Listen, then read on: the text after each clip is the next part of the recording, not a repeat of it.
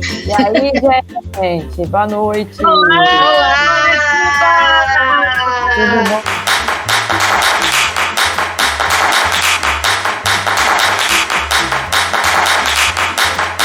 Então, eu chego com uma pauta que não é muito legal, mas não tem. A gente queria focar mais em notícias locais, né, da cidade, mas não tem como falar disso. O Robinho fez uma crítica, né? Falou assim: infelizmente tem esse movimento feminista. Há mulheres que nem são mulheres. O jogador Robinho teve a coragem de falar isso.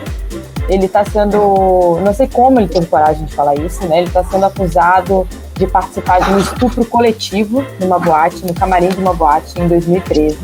Acho que foi em 2015 ou 2017 que a vítima que começaram lá, que ele recebeu a sentença de 9 anos de prisão.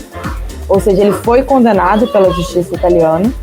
Ele estava sendo contratado pelo Santos, aqui no Rio de Janeiro, novamente. Ele já jogou no Santos outras vezes. E existem gravações que vazaram aí de WhatsApp, áudios, ligações, etc., que provam que ele teve envolvimento, não necessariamente o ato, mas ele viu as pessoas, ele falou o nome dos caras que fizeram o coletivo, enfim, ele tentou se safar, falando que era consensual, quis dar aquele discurso machista de que ela estava bêbada. Assim, ele falou as duas coisas, tanto ela não estava bêbada, ela sabe muito bem o que ela estava fazendo, tudo que eu fiz foi consensual, quanto, rindo da cara dela, ela estava tão bêbada que ela nem se lembra de nada do que aconteceu. E assim, o que me preocupa muito nessa história, até eu vi um vídeo do Casagrande falando, vou replicar aqui, que ele disse assim: o que assusta é a moral do povo brasileiro, né? Porque, na verdade, assim, o cara ele já foi condenado pela justiça italiana por estupro coletivo, que é uma coisa muito séria, entendeu? Ele tenta se defender atacando o movimento feminista e pessoas falam mal de mulher, entendeu? Quando isso acontece, assim, porque a culpa é da mulher, porque ela se bebeu, porque feminista não se depila e nem a mulher, enquanto tem várias mentiras aí que são propagadas e que não tem nada a ver. Feminismo não tem cara, existem homens que são feministas, né? E aí? Então, e o que mais me preocupa nisso, além dessa moral toda brasileira, né, que o Casagrande falou, dessa inversão de valores, são as crianças, os adolescentes, os meninos que vêm nesses jogadores de futebol ídolos. Assim. Eu tenho um enteado de 14 anos que sonhava, não sei como é que tá esse sonho agora na pandemia, de ser jogador de futebol. E são esses caras que esperam, que são, assim, as pessoas... são onde ele quer chegar, né? É o Neymar, é o Robinho, enfim, todos eles. E assim, é muito preocupante assim, que vários deles já tenham sido acusados de estupro e na maioria das vezes as mulheres são ridicularizadas quando elas sofrem a violência, né? Então assim... E você falando isso... Desculpa. Não, pode falar. Não, você falando isso, Karine, eu pensei exatamente a mesma coisa em relação a ser um exemplo, né? Sim. Como os jogadores de futebol, eles são um espelho para essa juventude, né? Uhum. E aí eu tava pensando nesse caminho, porque o esporte, a gente sabe que o esporte ele é maravilhoso. Ele é maravilhoso não é só para saúde, para educar, para disciplinar. O esporte coletivo, então, nem se fala, né? Além de que o futebol, a gente sabe que para muitos jovens, né? O futebol é um sonho e é uma saída até para sair da miséria, porque com uma bola de futebol e um campinho você joga, não é igual qualquer outro esporte que às vezes exige, né, um outro. Então o futebol ele é muito popular. Tem esportes que são caríssimos, né? Exato. Não é e o futebol não. Aquático, por exemplo. Exatamente, que faz tênis. E o futebol não, em qualquer lugar que você vá, qualquer comunidade, qualquer campinho, estão lá os meninos jogando, sonhando, joga descalço, né? E não é romantizando isso não, tá? Mas é só pra gente pensar o quanto o futebol influencia, né? E o papel que esses jogadores que se destacam demais mundialmente têm.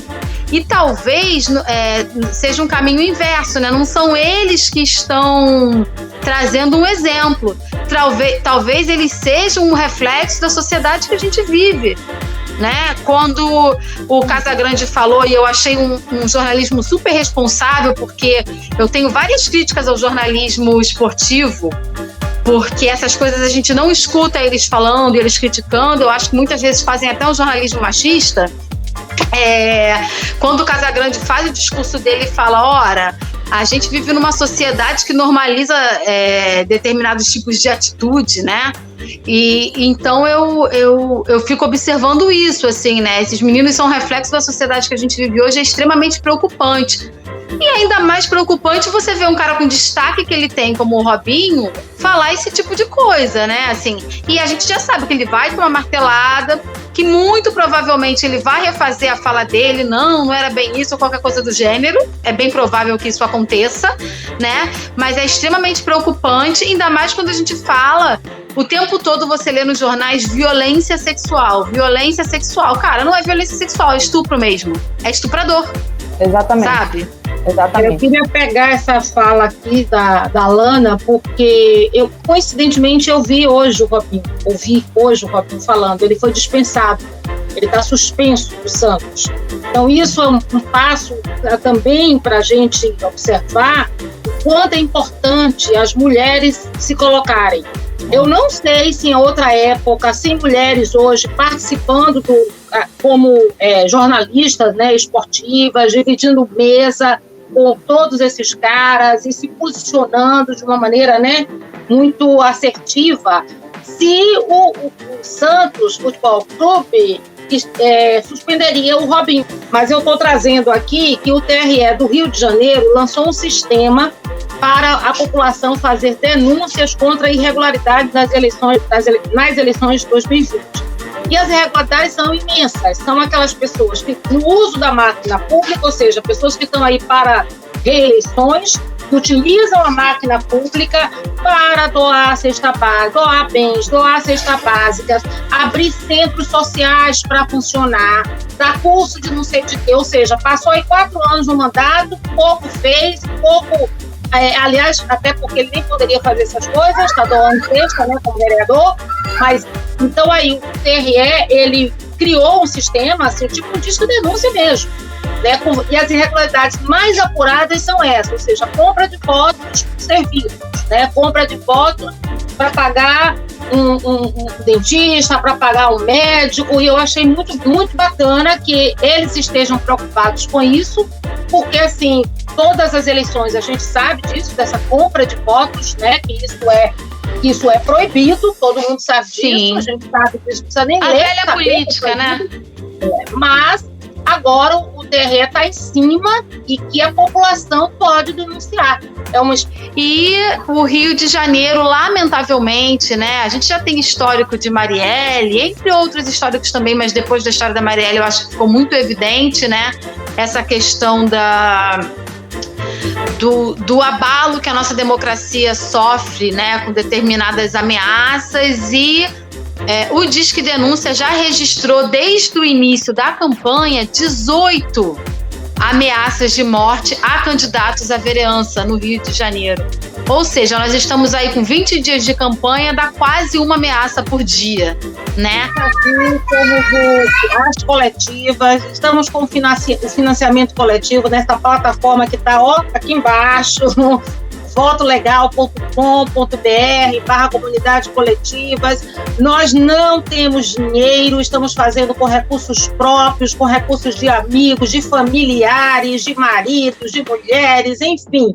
Então, junte-se a nós, é uma campanha que quer trabalhar muito a transparência. Todo esse dinheiro, a gente tem uma prestação de contas, a cada 48 horas que entra dinheiro na nossa conta, a gente tem que fazer uma prestação de contas. Enfim, confie na gente, acredite que nós somos um grupo que quer trabalhar com renovação, com transparência e confiança na política.